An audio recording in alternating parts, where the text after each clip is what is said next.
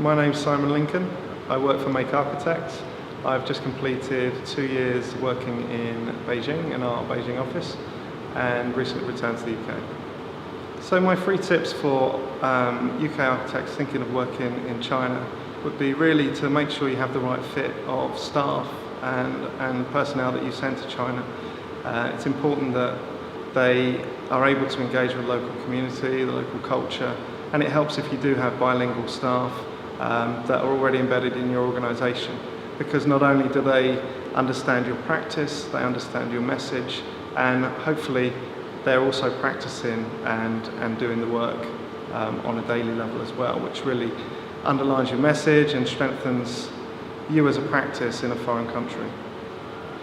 The second would be location. I think it's really important to consider location in the eyes of staff and personnel you'll be sending there as well, but also how you operate as a business. How will you connect to other cities? Will you be having to get a plane every other day?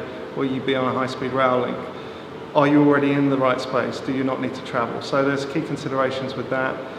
Staff welfare, climate, also cost of living, cost of setting up, and quality of life as well would be really important. So for those areas. So my third tip would be to make sure you have the right fit with a client that you're going to be working with in China, or in fact any client anywhere in the world. But it's important that you understand each other, they understand what you're going to produce for them, and vice versa.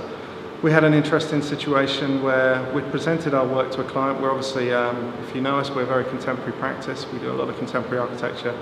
We had a promising meeting set up with a potential client, and once we'd finished our second presentation and engaged with them, they informed us that the project that they were interested for us to work on was in fact a recreation of a castle.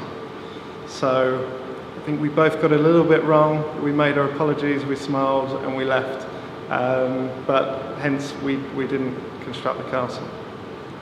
Okay, so getting paid in China can be quite complicated, depending on how you're set up as a practice there, whether you're working internationally, whether you're actually based in China. So there are complications between different legal entities there, so representative office versus WFI, which is a wholly owned foreign entity. Now, if you are representing a representative office, then you're unable to be paid directly into mainland China, and you have to consider the clients that you're working with in order to get your money into the UK, if that's where your chosen bank account is. You can do that by working with clients that have capability to pay via Hong Kong or to pay directly to the UK, but this does restrict you somewhat as to the client that you can work for initially in China. When you become slightly more grown up and you register as a WFI, then those problems are slightly less contentious, and your client market widens quite considerably.